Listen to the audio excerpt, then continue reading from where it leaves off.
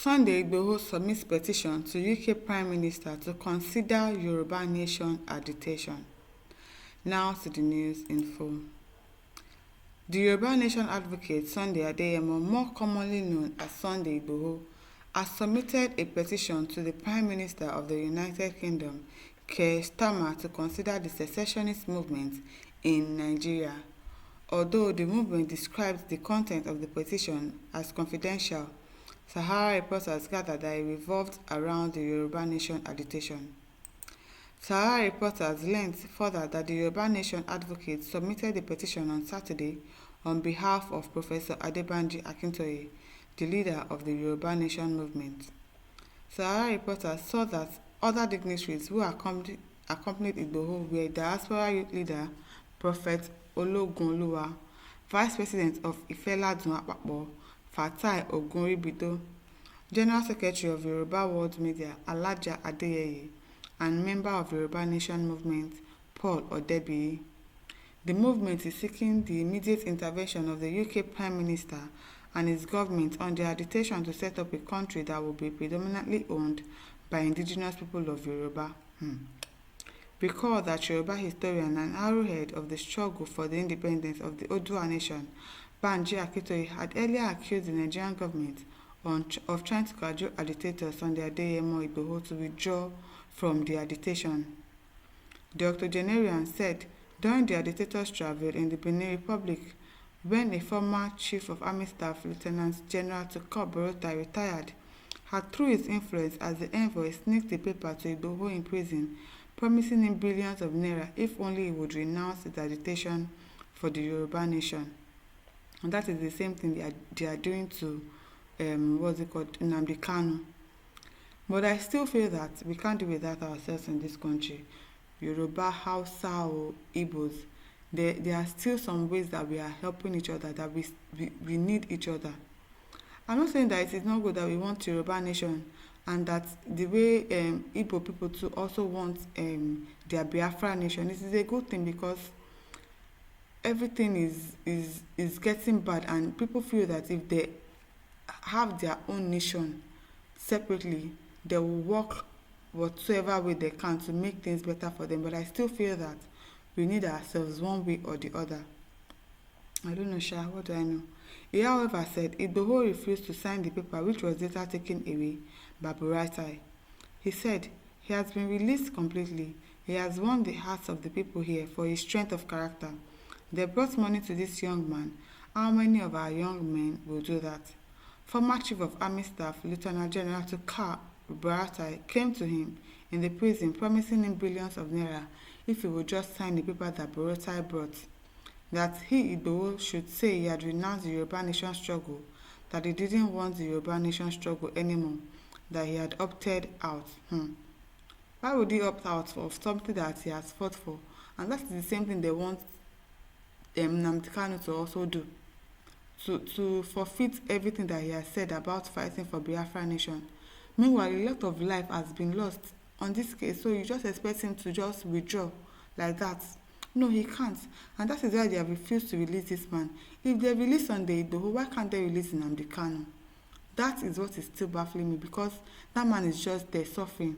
They should allow him go. If he wants Biafra nation, if Yoruba people want Yoruba nation, let's try to, even if there's something you can do to make them understand that, okay, don't do this, don't do that. We still have lots of ways to help ourselves. We can still be of benefit to each other. But no, you decided to arrest this person and keep him in custody. Supreme Court has told you to leave him, but you refuse to let him go. Paying them billions of naira just to stop agitation. It is wrong. Even if the agitation for a Yoruba nation is because of the issues that they might have seen, and also for the Biafra nations too. There must have been something that they have seen that they are saying that, okay, we want our own nation.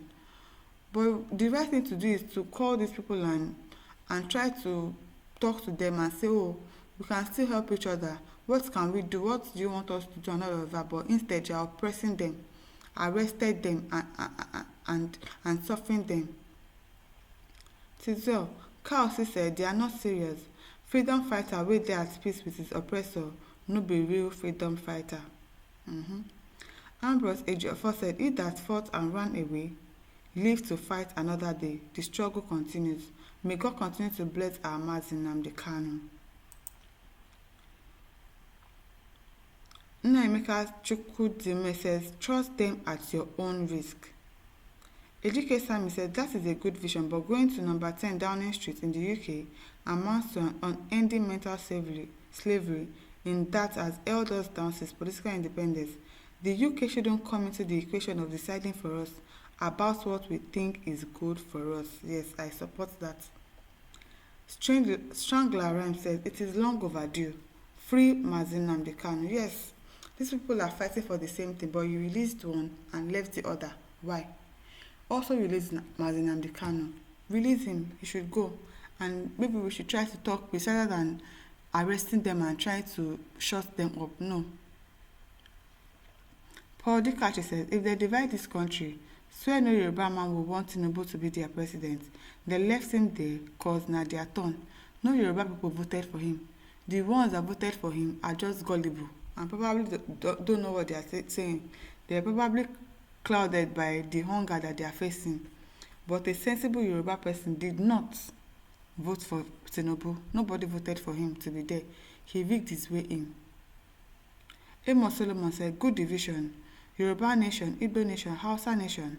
Free Nnamdi Kanu to take the lead in his nation. Hausa go find who go represent Una because Yoruba don't see their own." Prince Adi said, "It is good we stand strong together, but if other regions retrace to our Southwest president, Tinubu should allow the nation to separate because Southwest is the only peaceful region for now in Nigeria. There is no way Nigeria will grow if other regions didn't come ready for peace." Creative Mind says, "UK is heavily benefiting from Nigeria resources, so the submission is dead on arrival because they won't approve it." Yes, from all the issues that we are facing in this country, UK, they are benefiting from it. In fact, they are a party to whatever it is that we are facing in our country. So going to them is just the wrong move. Beta Osahon says, "I told them that Nigeria has never been independent. UK is still in charge." Olubori says, "It is a great vision, but the question is, are we ready? There is no freedom without fighting for it.